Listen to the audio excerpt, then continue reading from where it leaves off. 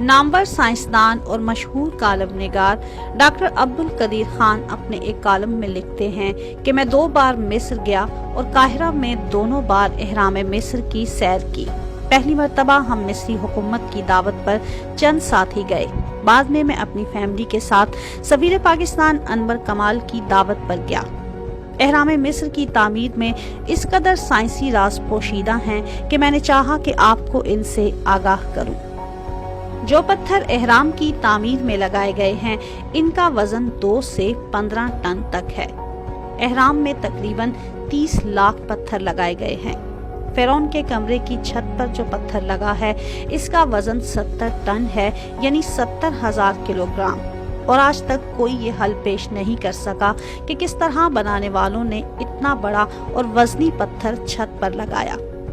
एहराम की बुलंदी 149.4 मीटर है और आपको ताज्जुब होगा कि जमीन और सूरज के दरमियान भी 149.4 मिलियन किलोमीटर का फासला है।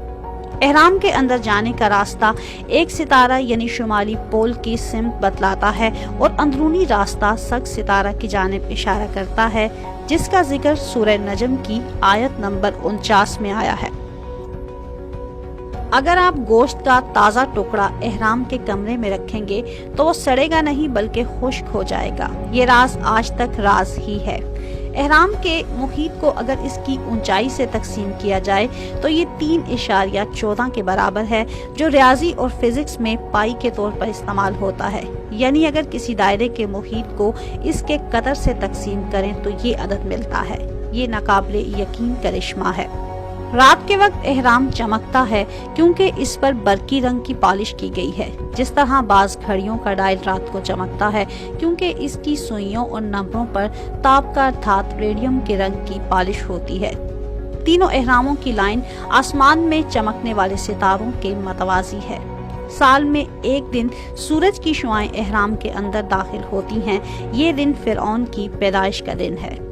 एहराम में रखी तलवारें और छुरियां जंग आलूद नहीं होती, हालांकि हजारों बरसों से वहां मौजूद हैं और साइंसदान आज तक इस राज को नहीं समझ सके। एहराम के चंद कमरों में बहुत से आलात बंद हो जाते हैं और साइंसदान आज तक ये राज हल नहीं कर सके।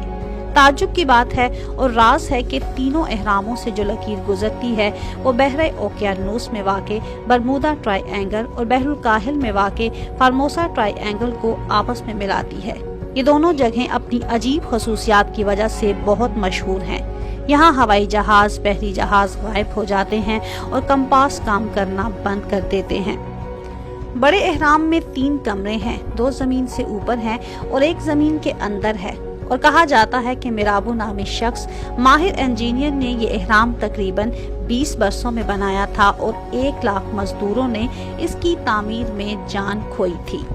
एहराम की बुनियाद के चारों रुख नहायत ताज्जुब के साथ जमीन की चारों सिमतों की जानिब इशारा करते हैं और इस हैरत अंगेज दरियाफ्त की मदद से 20वीं सदी ईस्वी में अपने नताइज को दुरुस्त किया जाता था। जो दायरा एहराम को 2 हिस्सों में तकसीम करता है वो तमाम बरे आज़मों और समंदरों को बिल्कुल बराबर 2 हिस्सों में तकसीम करता है।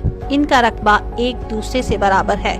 अगर ब्लेड्स वहां रख दिए जाएं तो वो निहायत तेज तलवारों में तब्दील हो जाते हैं। साइंसदान ये राज भी हल नहीं कर सके।